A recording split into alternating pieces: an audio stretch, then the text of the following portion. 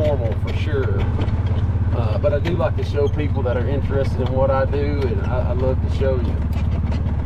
I like wine, so, and I've always liked figuring out how things made. Are you familiar with muscadines? A little bit. What do you know? Or I know muscadines are good.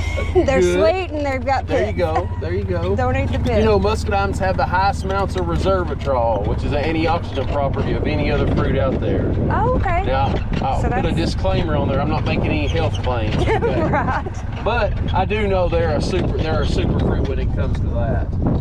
And we'll talk a little bit more about it. So I make this super complicated, okay? This is like scientific. I mean, it's just to the number, not really. As you guys drove up, I consider this the right-hand side. That's the left-hand side. So I got about 15 acres over here. I can start row 1, which you can't even see from here. It goes to row 126. We pick up 127, 2 little short rows. Excuse me, goes all the way to row 163, and then at 163 we jump over due to the demand of this one variety, which is called the Nobles, which is what the winemakers in Tennessee wanted some more of. We planted 5 more acres back in 2010. Oh, so wow. there's 164, and it goes to row 202, and we'll see that here in just a minute. But I sometimes like to give people kind of the lay of it, and then once we go down to the shop, and I got a little video to show you.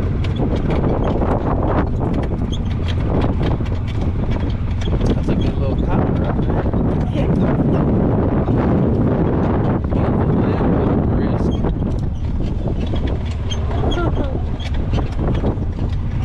Oh, it's gone. They just need to let the string take it. Yes. And then when I first got here, I took over this farm in 09. We had about 92 acres. Now since then we've grown. We're 208 total acres. We own about halfway from our neighbor's property all the way to Pumpkin Hollow Road. And then, but when I got here, we had 2 barns. Again, scientific and complicated, right? Upper barn, lower barn, right? Does that make sense? Yeah. So this is what we use now for events, birthday parties, reunions, weddings, elopements, just different things. So it's kind of our event barn. When I first got here, it had cat pens, dirt floors, and stuff. Wow. And we have changed it since then. Obviously, it has brick pavers, and we're obviously getting ready for a wedding here tomorrow, actually. Oh, wow. And all my numbers, all my rows are color coordinated and numbered based on the variety. We do 6 varieties here. There's about 56 plus different varieties of muscadines. We do 6, all self-pollinating. Most of the vines, varieties that we use is what's been here. The earliest record I have is about 2004. And so we're still using the same stock. It comes down, I've got a couple hundred vines to plant this year to kind of fill back in empty spots. We'll talk a little bit more about it when we get here. This kind of tells a story. We can kind of look at this chart and tell the story from looking above, okay? All right. So hop on in.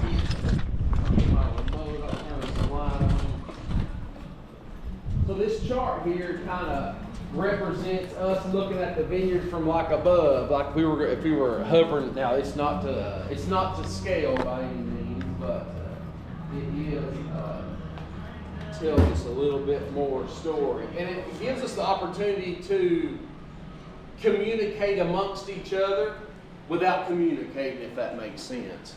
And so just like I was talking about, I make it really complicated, right?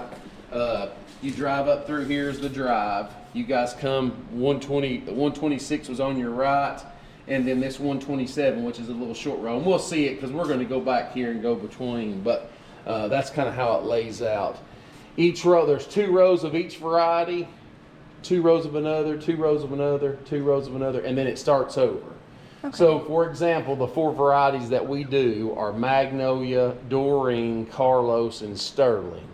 And then it starts over. That's the bronze varieties. In the dark varieties, we do a Noble, which is represented up here in orange, and green represents a Nesbitt variety, okay? And if you see over here, you know, I talked about this up there, that we planted this in 2010. When I first got here, you can think, we only had about 30 acres. Oh, wow. And it was this right here. Now, at the longest point is going to be about 461 feet.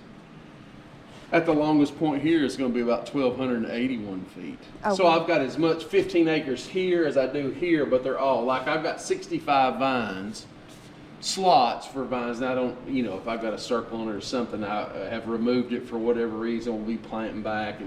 But the opportunity, but like these, at the longest point, they're like 28, 29 vines per row. Why do you keep them separated like that instead of? That's a great question. So I'll show you this video. The way we used to harvest when I first got here in '09 was an old grape picker from France. It's a New Holland, and it was a fantastic machine, but it was designed to pick grapes, and we used it to pick muscadines. Now, it is a, you know, having the right tool for the right job is night and day. Yeah. And so the way we used to pick. Now, the interesting thing about the way we used to pick, for example, and this is just one example, it only took one person to harvest. Now I've expanded that, and it takes a minimum of 4. I use more than that, but it takes was just only a minimum of 1 the old way. But it would take me 6 to 8 weeks to harvest 30 acres. Wow. Okay, we transformed. We've come full circle. We obviously built a building in 2020. It's a game changer. It's only flat concrete that I got on the facility. But again, as we've grown, and if I make it till this harvest, this will be my 17th year. Oh wow. Okay. Okay, so I've not been doing this all my life, and I'm a cardiac and pulmonary rehab person by degree. That's what I went to school for. Oh wow. And but I love this. This is, you know, agriculture at its finest. It's amazing. Our views, and we'll talk more about that when we get up there. I'll let you look at some different perspective. But so 6 to 8 weeks when I have fruit that's ready and ripe and ready to go, that's too long.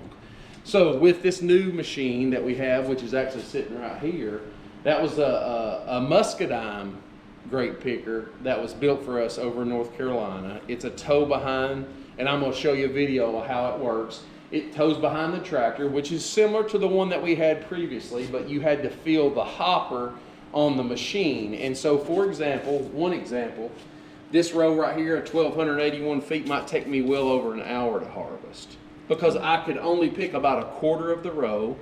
I'd have to drive 3/4, dump on the end, turn back around, pick about a quarter, drive 3/4, dump on the end, go back in, pick a quarter, drive 2/4, you know, all those kinds of things. And that takes time. Now, with this machine, we can set in on this row, and about 20 or 30 minutes we have that picked, and we don't see it again for it's a once a year harvest pretty much. Okay. And we do and generally for us, we're looking at sugar content and things of that nature. And so that's how we base on how we pick, how we harvest the fruit. We're 100% about quality and not quantity. Right. That's super important. So here's a little short video, and this talks about, if you have any questions during the video, feel free to ask them. But this is actually this machine working year before last. And again, we've ranged anywhere from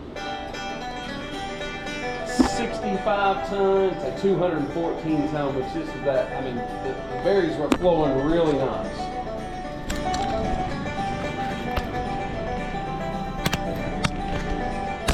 But again, as you see, it takes 4 people. I got one guy in each tractor, a guy on the machine, and a guy helping fill the bins there.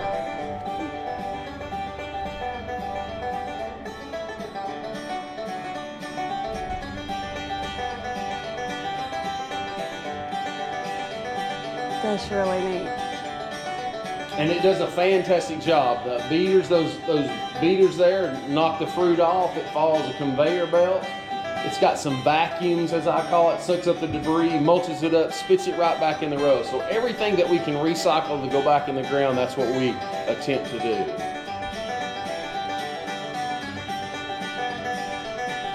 You see the beaters moving up there, see the vines moving a little bit, that's what knocks the fruit off.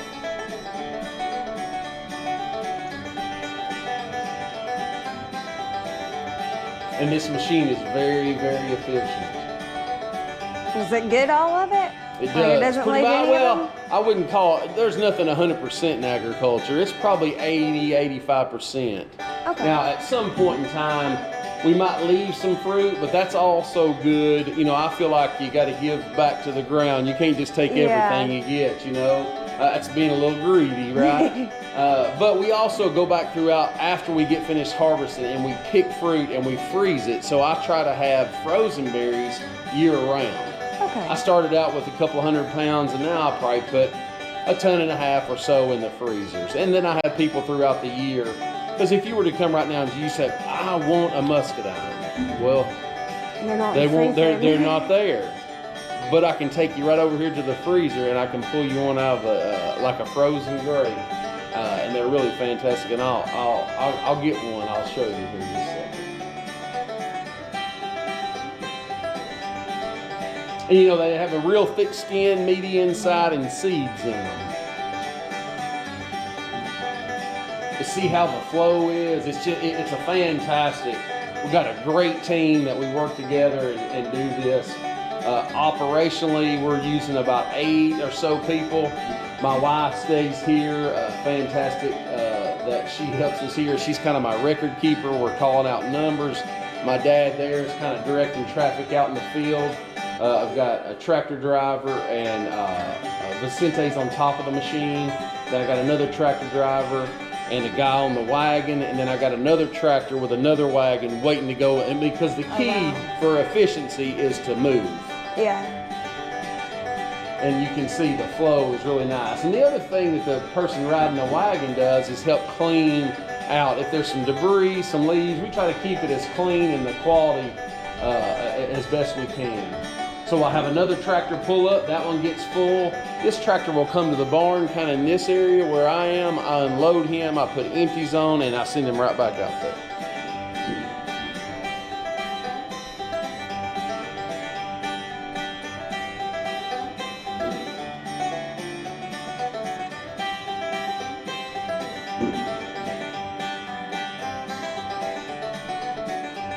So those kind of like PVC pipes? They're shaking them loose? They're basically a big hard solid piece. Okay. It's a PVC material, yes, but it's solid instead of being hollow. Okay. And so we rent some equipment throughout the year for harvest season. That's the owner there. He drives one of the tractors. Is here with us during harvest and throughout the year. So that's myself. I'm actively in that telehandler and unload and load. So I take them from the harvester off the trailer. I set them off. I get him empties, put them back in the row, and then I transport these to the winery in a 53-foot refrigerated unit. Oh, wow. That's how we deliver. And so I'll deliver 20 plus ton at a time. Oh, wow. So how do you deal with pest control? Pest control? Deer, rats, that kind of thing? Fortunately, at this present time, we're not doing anything with it. We're lucky, and that's the muscadine. You know, it's indigenous to the southeast. It was here before we were, obviously, and we just let Mother Nature kind of handle that. So I'm not having to spray these vines with anything at this present time. Now, that doesn't mean, seasons are changing. There is no doubt about that. It is not like it was 16 years ago. And it seems like, we're supposed to have 4 seasons. Well, I think we have about 12 or 15 because in between each season, it seems like we got 4 of those, just different varieties. So as long as I can, I'll continue not to spray the vines with anything. I feel super good about that. Now, do I lose some because I do that? I'm going to have to give 100%. I probably do.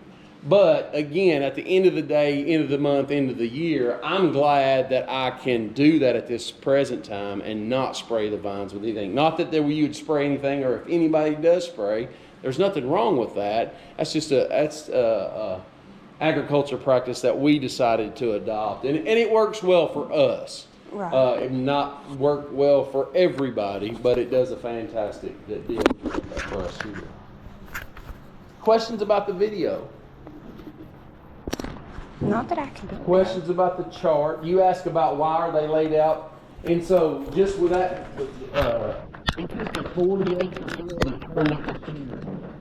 Oh wow. Okay. So, and when I pick by variety, okay? So like I'm filling an order, I want to fill an order of Carlos, or I want to fill an order of Doreens, or Magnolias, or Sterling, or whatever that might be. And so I'm able to come here, I come down a few rows, come down here, and then I start making a circle. Now I can do the same back here, but I've got a lot more room, and we put this in that way. So again, but that's the main reason that they're laid out in 2-row increments. Okay. So it's kind of like the spirograph. Yeah, so, you know, again, you can think of it, the more times, and this machine is very hard to turn left and right. It turns better one way than it does the other way it's on. You see on the back of a truck where it says right turns, you know, extra wide or what, I mean, that is exactly the same point. And it's so complicated, but it's a nice flow. You come out of a row, you skip a few, you come in a row, you go out of a row, you skip a few, you know, and it really works out really well. Now, one of the most important pieces of the puzzle is my dad. He's 83 and has been with me since I started. Believe it or not, directing traffic and putting in the right row is phenomenally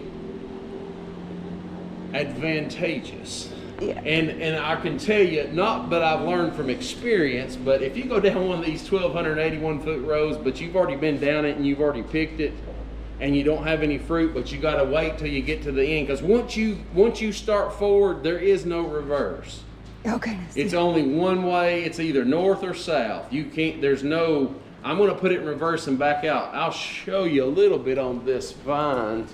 So what it has is I call elephant ears, and if you can see, as it opens up, these kind of peel back and then they close around it. Okay. Okay, so if you get halfway in that machine, you decide you want to go in reverse, that doesn't go but one way. You're gonna yank the whole plant out. You are going to tear a lot of. Now we have unfortunately tore a few things out in my 16 years, but again, we do our best to try to, steward the vines the best of our ability for sure. Questions? Those are the beaters that knock the fruit off. It follows this conveyor system all the way up here. Those are those two big, what I call vacuums is the best way to describe it. Sucks up the leaves and the debris. It mulches it up in there, spits it right back out. It goes right back in the ground. We mulch it up and we continue. That's part of our process. That's neat. What time of year do y'all harvest? So there's always exceptions to the rule when you put a time frame on it, but we do U-pick from September to October, okay? Okay. Now, in the 1st of September, it's like hunting Easter eggs. If you're an Easter egg hunter, I encourage you to come the 1st of September, and it is like hunting Easter eggs all over again. The way we did when we were kids, not the way they do it now. Not the way they do it now. It's like you find one here and you got to move around to find some more. Now, you actually digging and moving something. Was a unique year. It was a little bit dry. It was a little bit hot. We were a little bit earlier, but normally speaking, October-ish is when we start harvesting. And we're watching brick values. Like as we go through there, one of the most important things for muscadine and for growers, the smell. Yeah. You start smelling, and my whole neighborhood, my neighbors, and they say, JD, it's getting close, because you'll start smelling it. The more concentration that you have, the more things come ripe, the more the aroma of muscadine. So you could imagine, you can step out, I live here on the grounds, and I step out of the house and I get that smell. It's time, not that we hadn't been gearing up all year, because we're doing September and October, we call it harvest time. U-pick starts then, those kinds of things. We're generally Octoberish, and after that, from November through harvest again, we're basically stewarding the vines. We're just working like little bees, trying to get everything back where it needs to be. You know, they go dormant. If you would have been here a month ago, you would have said everything was dead. Right. Because everything, they go dormant and they go to sleep. And so this is a frozen muscadine. Again, it has seeds and a thick skin. And if you've never frozen a grape or a muscadine, Oh yeah, they smell good. try you one. Or two or three. See, my Uncle Ray grew muscadines, but they were big and purple. So most people, those Nesbits that I talked about, they get $50 size. Yeah. Most people are more common too. When they found them wild, they were a little bit bigger. Now, not all of them. The one that makes 100% of our red wines, well, not 100% because we have one that's a blend, but anyways, they get a little bit bigger than a blueberry. They're Oh, not wow. much bigger than that. And they have a fantastic flavor. Would you like another one? Yeah. Hey, right here's a, feel free to throw those seeds in there. They're really tasty like that. And so, like I said, I try to have these year round. Now, when it gets closer to September, because I've got some home winemakers that want to make wine like in January, February. You know, when you're trying to kill or you really can't get outside, but you can be making some wine, you can be doing some other things. So I try to have this. I don't really advertise it, but it is available. I'm afraid if I advertise it, then I wouldn't have any through. Pretty tasty. I have a lot of people that they're doing events, they'll actually use these as ice cubes. So they'll keep them frozen, drop them down in their drinks. Oh, It's wow. pretty cool. Questions? Comments, criticisms, or jokes? Okay, we'll go on down the road. We're going to circle around. Remember we talked about 163, so we'll circle around that way, head up there towards the back. And one of the biggest things that we do right now is just we're kind of in a maintenance. Obviously, we're trying to finish up pruning. We got a little bit over 6,000 vines in the ground. Now, don't quote me on exactly 6,000 because I'd lose money because it might be, you know, we've got some spots that need vines, need plants, that kind of deal. So again, that's one of the main important pieces that we're doing now is this kind of we're trying to, all this is geared up to get ready for harvest season, September, October.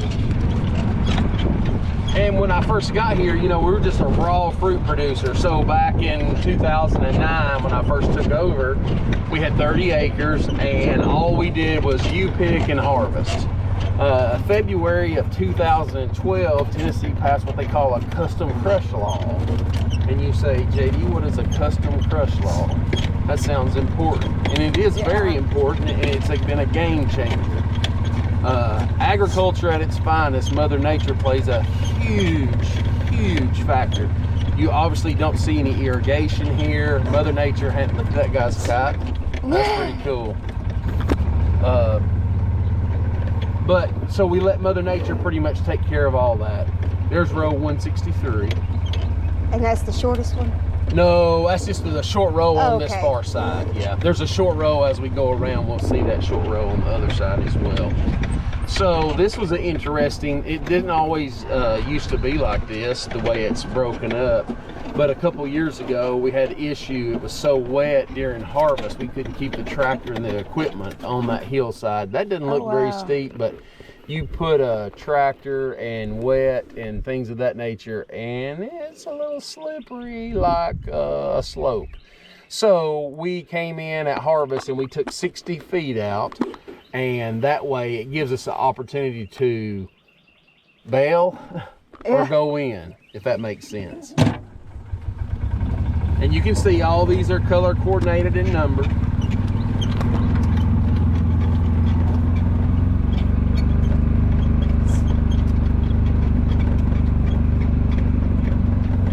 And we're in the process of doing, I'm about to sneeze, I'm sorry. It's that time of year. Excuse me. So we're in the process of doing some different pruning techniques. The unfortunate or fortunate part about that is I might not know what I've done, if it's going to be detrimental or positive for 3 or 4 years. You know, obviously it looks a little promising, but there's no guarantees, obviously. Again, agriculture at its finest. But it's one of those, opportunities for us to kind of step out there. There's not a ton of research in Tennessee on our climate on muscadines that you can go to and say, man, for 45 years, what did they do when this was those kinds of things. So again, some of the things we do in-house is to try, the most important thing is to give good quality. I couldn't say quality enough. That's the most important thing we can do. Y'all ever do any grafting? So with muscadines, we'll plant a 2-year-old bare root plant. Now in our area, most of the grafting is done with a vinifera or a hybrid, but they're using a muscadine root stock. That's where most of the grafting. These vines these are a 2-year-old bare root plant that come to me, and that's how we plant them that way. And you can see I got range of size, those ones we put in last year, that little tiny one. We're just, again, stewarding that vine so we can get it up to the trellis wire. We cut it vertically, that promotes it to go laterally, and then we start training it on the trellis wire, because my most important piece of the puzzle is to capture the fruit that's close to the trellis wire. And then the growth that was promoted from last year is what will produce fruit for this year. So there's a little different technique there. There's a spur prune on, a row there. Obviously you can see the difference between these. We haven't got to those yet, so we're doing some things to see how, is that going to be detrimental? Is it going to be positive? All those kinds of things. So now we're on the backside, or as we call the backside, but if you notice all the numbers, there's 152, 151, 150, 149, and they're all color coordinated. Now we do have to go back every year and reapply that color, but that helps us. And there's where we prune some of that stuff. So the same thing holds true here.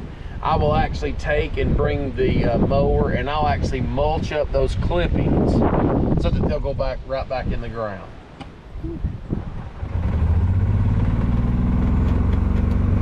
And then we're a partner with Harvest Host, so we have some Harvest Host folks that come out and stay with us. How does that work? So you sign up for Harvest Host, you'll send a request that you want to stay with us the night, and then generally it's for one night. You can additionally pay for additional nights, but then you can stay. We have several locations that we park. We generally don't take any more than 2. I like for you to, when you're here, feel like you're the only one here, and so what a great spot there to put you right in the middle, and the sun rises over there and sets over here, and it's amazing. And when pollen's not filling the air, you can actually see the mountain.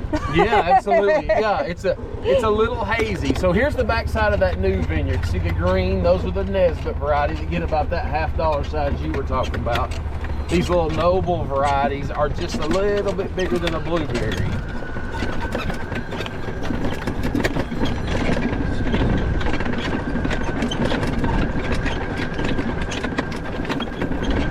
And then the other thing is that we have to keep everything, we want good airflow. That goes back to, you talked about spraying and things. If you have real good airflow, and we generally have a brisk breeze. Now, just as soon as I say 100%, then the wind stops, But we generally have a good breeze, and that's good because that helps airflow come in and move on out. That's why we try to keep this back as much as possible. We open up some pockets so that air has somewhere to go. Stagnant air causes problems. Do you ever have to deal with invasive vegetation? I will actually spray to kill the grass underneath the row. I try to do that as few times as possible. So I have a contraption I put behind my tractor. It's basically a weed eater on steroids, and I will kind of walk through there. You have to be real careful around the base of the vines, and then I'll come back and spray a couple times a year so I can get a good coverage. But as far as, one of the things that we've been looking at is grapefruit borer. That's a pest that could be detrimental to us, fortunately or unfortunately. We have trapped some for the first year. Last year, we're working on a solution. What do we do if we have a problem, things of that nature? And so we're working through some of that process now. Are those strawberries or just a really pretty red plant? No, that's a red clover. Oh, wow, okay. And so we'll go up there at the top of the hill, which is, I think, one of the, I started to say, man, he's got his kite way over there. But, I mean, that's what's cool. So, you guys, we looked at it from over there, and as we come around, it just, if you change where you're looking at the vineyard from the different angles, it's just almost amazing. The transformation, it's like, well, am I really still here? You know, I mean, it's just the change. Now, the back of the tasting room, which is a log building that we brought in here from Mount Airy, North Carolina, and turned it in. It wasn't going to be a tasting room. That goes back to that, February of 2012. They passed that custom crush law. We took advantage of that of September of 13. But what that meant was we as a grower can partner across the state with some wineries in Tennessee. We can actually take our fruit to them and make our wine. What you'll taste is not necessarily all bottled right here, okay? So that we actually take our fruit to them off our vines. We sit down with the winemaker and say, we want to take and make a muscadine that similar to this or similar to that. And so that's what's worked out really well. And so we started that September of 13. We started out with 2 wines. Sweetwater, which is still number 1. I call it the sweetest thing in the house except for my wife, and she's at the house and she's working from home. And Dragon Canoe, then we went with a bubbly. So we went from 1 or 2 or 3, and we have 13, and we just recently launched a new brand called Cider Horse, which is our muscadine red and muscadine white hard cider, and it turned out amazingly great. And so we're gonna explore that avenue, and you guys will get to taste that. That's our newest product on the menu, so to speak. And man, it turned out amazing. But yeah, see the red clover?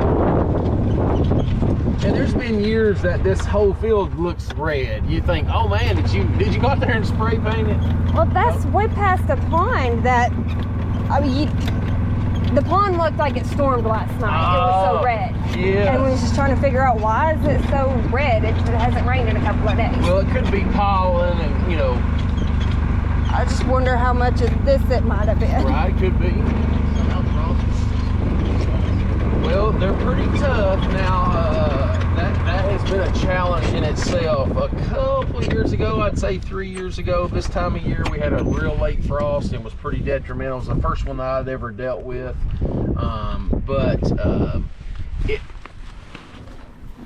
It hurt us pretty bad. Now, last year, no, it would have been year before last, we were at like 62 degrees and we dropped to single digits in less than 12 hours. That was really bad. We had some vines that just basically froze and bust, almost like you would see in a pipe. The pipe freezes and it explodes. We had some of that happen, but the kicker to that is we might not see the effects of what all it did for 3 or 4 years. Oh, wow. So some of that, what happened year before last, we're seeing a little more signs of it this year. It apparently looked like, oh man, we missed it. No, I think it got us, but we're just seeing the effects. It's such a, because when you put a 2-year-old bare root plant, you put it in the ground, it's going to take you 2 or 3 years before you see any fruit on it. And it might take, and we try to cull the fruit, so we want the root system to be just good and established. Again, it goes back to that quality and trying to get the vine to be the best it can be. Give it all of its nutrients that it needs. And that's the other thing is I'm trying to let the vines, and they are fantastic. They'll source their nutrients. So I'm trying to make sure when I go to put things in the ground that the ground is ready to accept the plant. And then once you do that, it makes it, if you're starting behind the 8 ball, man, it's almost complicated to kind of catch up. I mean, it's like you never can get caught up kind of deal. So that's one of the things. Now, I got a couple of spots here I'm thinking about adding some more, and I'm not thinking about adding them for about 3 or 4 more years. So I got a spot over here. I got a little, I'd probably be a 2 or 3 acre blot there. I've got an idea on the far side over here to add some that'd be more like you picking, to add some bigger dark berries. Because right now, the only dark berries I have are going to be this back 5 acres or those 12 rows on the left side, which you kind of got. So I'd like to have a little bit right here closer where you could get all you wanted of which variety and all kind of right there in one central location. And then we have about 50, I'm gonna say it's 55, 60 acres of hay ground we just cut for hay. My buddy down the road, like my brother from another mother kind of deal. He and his family cut the hay for me, and they were just out here the day before yesterday. That's why you see tractor marks. They just fertilized that, get that up and running. And but we've done some big events, like we've had hot air balloons down in the bowl, we've done muscadine festival, we've done a lot of big things in the past. COVID obviously knocked a bunch of that in the head, and things are just starting to come back. We do a lot of elopement weddings, you know, like a couple hour kind of deal. That seems to be pretty popular right now. We enjoy that. It's a great use of the facility. But unfortunately, and every time I've ever had anybody come out here that I really wanted to show the mountains, it's always hazy. So, but when Mount LeConte gets its snow cap on top of Mount LeConte, you can be standing up in front of the tasting room and you can actively see the snow on top of Mount LeConte, which is probably one of my most favorite times ever. And if you look down through the trees there's the backside. That's about row 25 or so on this backside. And again, like I said, it goes all the way to row 1. That is so pretty. Yes. Yeah, you got to come back during harvest time and smell. I mean, I'm here to tell you, you smell the bag. It smelled like this wind blowing. You would actually smell that smell just out here. It's cool. So Frost is nothing like A Walk in the Clouds, the movie Keanu Reeves. Yeah, no, yeah. Frost is, I mean, Mother Nature is such a huge factor, and we're mercies.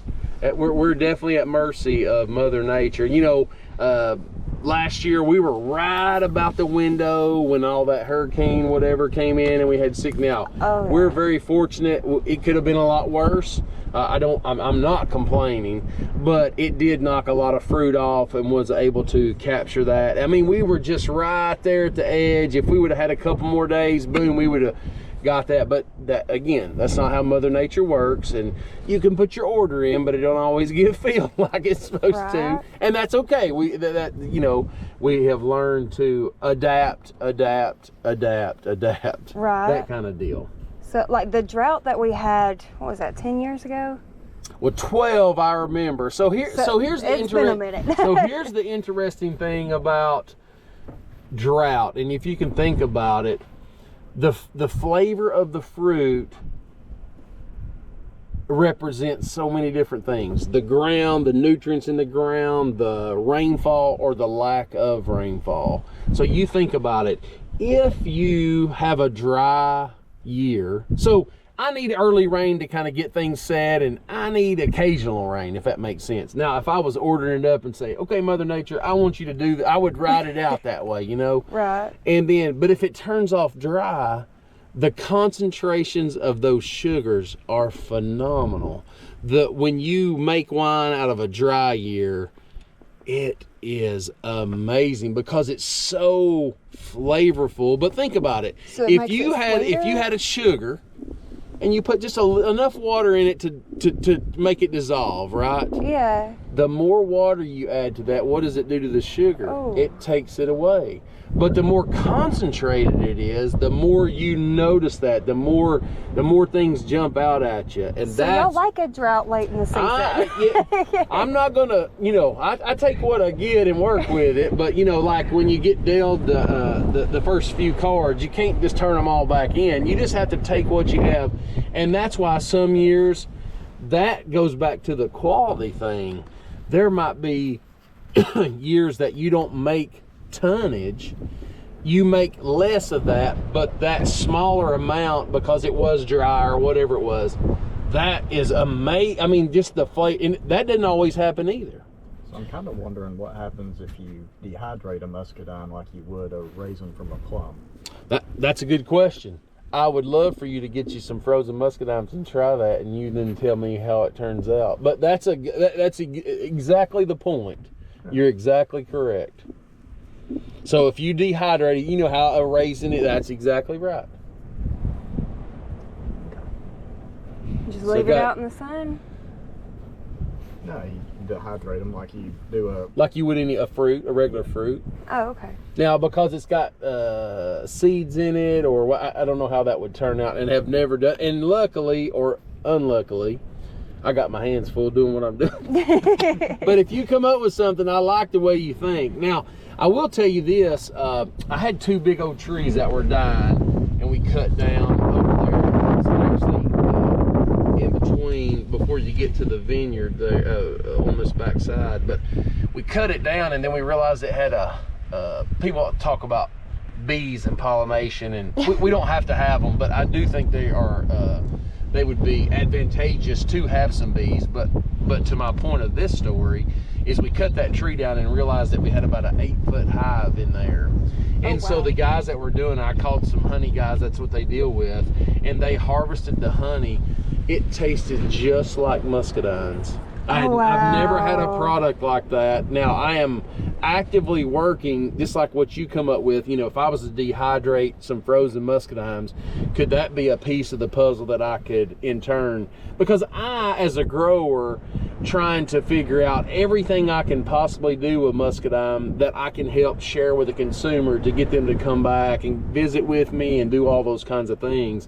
And if I can have something unique that nobody else has, that's what's really cool. But speaking specifically about that honey, I wish I would have had like 700 gallon of it, because and I'm not a huge honey guy. My dad's a big honey guy. You know, what do they have? A wildflower, and those are good.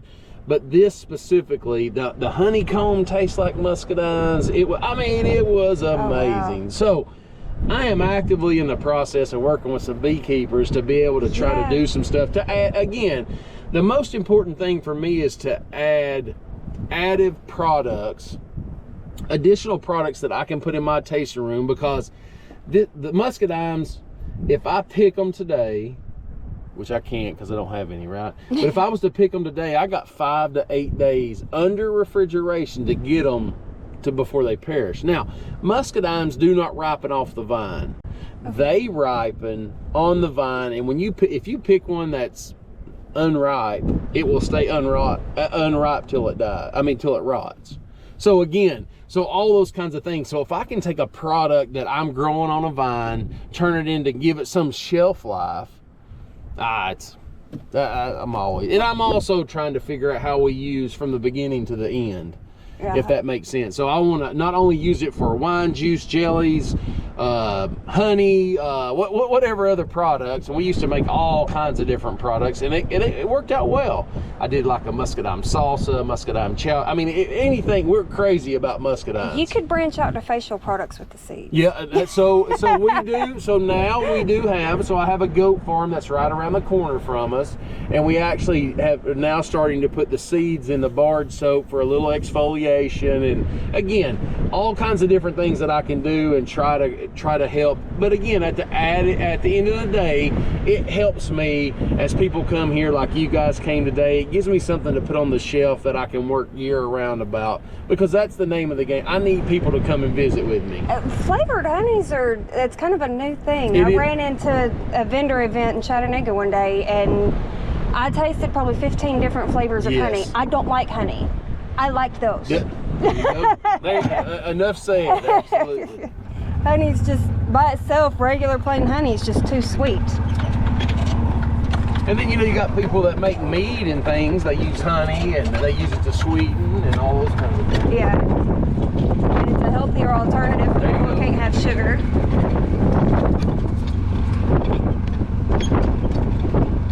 But yeah, this place transforms about every 2 weeks. It kind of looks, they're just coming in 2 weeks from now. This all look all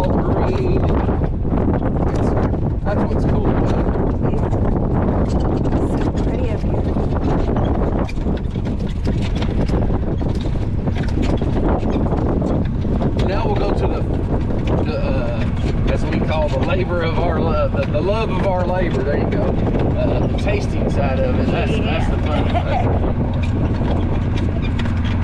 Like I said, those ciders turned out amazing. I wish I'd have known about that way to come up here and spend the night. Yeah. That is what, well, we've got a Class C, but yeah, that's what we do. we do, I think it's promoted on there. Of course, you have to be a member of Harvest Host, Okay. but it's I think it's 45 foot and down. Of course, I can handle I bring a 53 foot reefer in here all the time. wow. But you gotta set some parameters. But we have a ton of people that stay in those 24 foot deals. Ours is 30, what is it, 31? Yeah, you guys, it'd be great. Yeah, it's just us and a dog. Yeah. It's probably one of my little favorite spots, kind of in between the tree line. It's just kind of a cool little path. And I wish it wasn't so rainy today, but man, you can see, like for example, the sun comes up over here and sets over here, but when the big man lights the mountain range upstairs. Oh yeah. I'm not saying how you believe or you should, whatever, but I'm telling you, that is amazing. It's like a big flashlight on the mountain range, and it is phenomenal.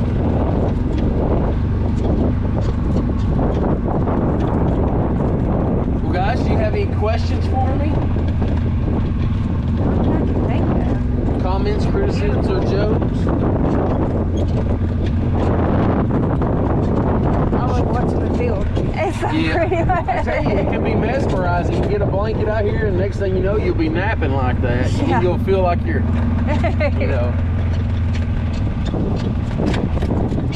I want to ride the wave. Yes.